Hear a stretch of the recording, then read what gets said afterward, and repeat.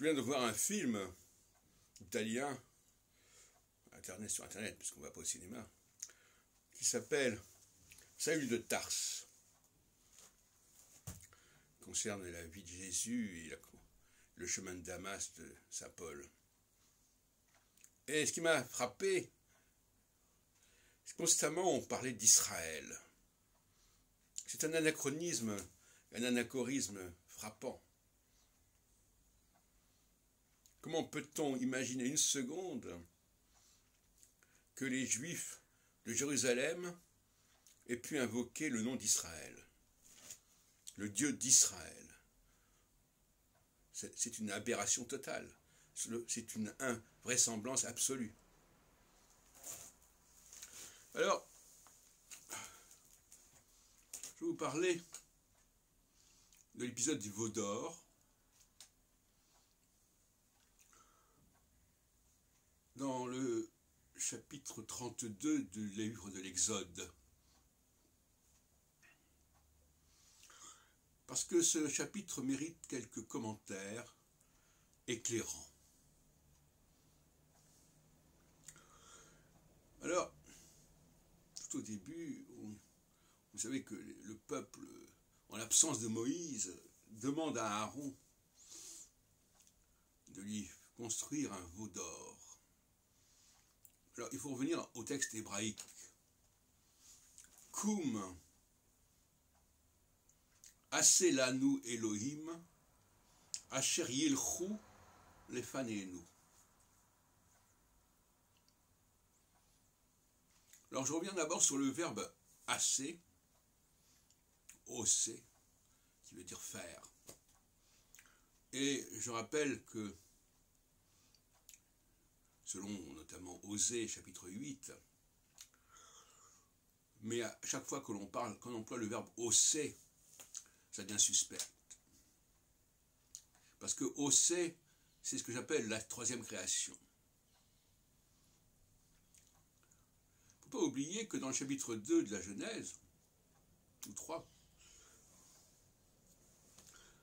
Adam dit, elle s'appellera Isha parce qu'elle est sortie de moi.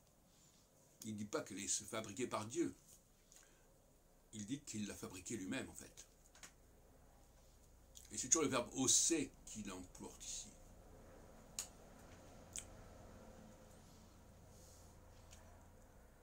Vous me direz, mais qu'est-ce que ça vient faire là? Eh bien, ça vient faire là que ces chapitres ont été rajoutés par les Israélites. Et que la Bible que nous connaissons est une Bible qui est considérablement imprégnée par l'idéologie des Israélites.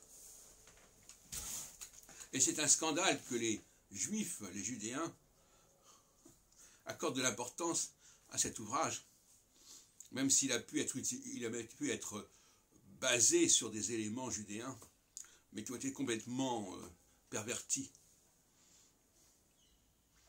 Et je reviens sur la deuxième partie de la phrase. Koum aseh lanu Elohim, fais-nous des dieux. Alors vous direz, oh ben non, Elohim c'est le nom, c'est un singulier. Eh bien ça dépend des traductions, mais malheureusement ensuite ça s'aggrave.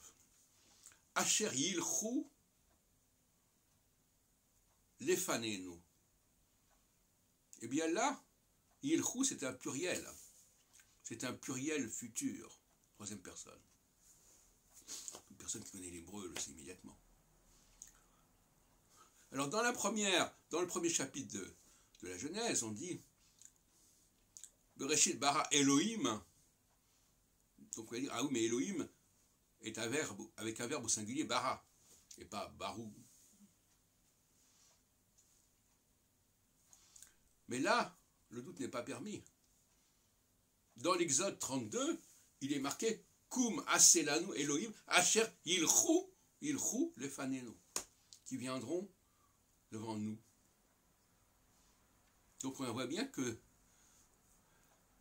il y a une croyance globale aux Elohim, en général, et qu'il y avait lui, qui est probablement...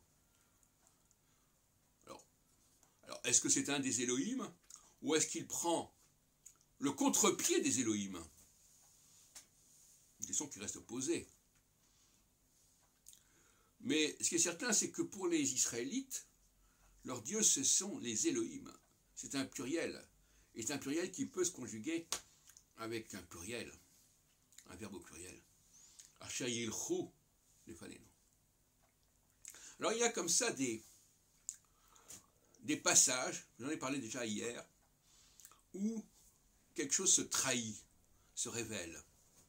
Hier, je parlais de cette mention d'Israël tout d'un coup. On parle de Jacob, et puis tout d'un coup, on emploie le mot Israël, et puis après, on revient à Jacob. Ce sont des dissonances. Mais là aussi, c'est pareil. On essaye de polir le texte, mais il y a toujours des aspérités qui subsistent. Et en voilà une dans Exode 32 qui subsiste. Je vous rappelle que Exode 32, c'est le récit de la sortie d'Égypte, et que cette sortie d'Égypte, c'est une invention des Israélites. Pourquoi? J'en ai déjà parlé. Parce que, pour eux, le fait de se dégager de l'emprise de le royaume de Juda, ou plus exactement de ce qui n'était pas encore le royaume de Juda, mais de la maison de Juda, c'était une libération. Tout comme les Juifs ont été libérés, ou les Hébreux, parce que ce sont les Israélites dans l'Exode, ce n'est pas les Juifs, ce sont les Israélites, les Bnei Israël qui sont libérés de la puissance égyptienne des pharaons. Et on compare la puissance des pharaons à celle de la descendance de David et de Salomon. Et puis, une fois qu'ils ont fait cela, ils vont être réprouvés. Et Jacob, il représente cette idée de se faire pardonner par son frère. Motsechen, il cherche la grâce, il demande la grâce. La grâce, c'est le pardon. Donc, cette Bible, c'est un cadeau empoisonné tel qu'il se présente aujourd'hui. Un cadeau qui peut dévoyer, qui peut égarer. Alors comment peut-on rétablir la vraie Bible à travers ce miroir déformant? C'est le rôle de l'historien, justement, de reconstituer à partir d'un certain nombre d'éléments qui ont été récupérés et qui ont été rajoutés, de faire le tri dans tout ça. C'est ça la mission de l'historien.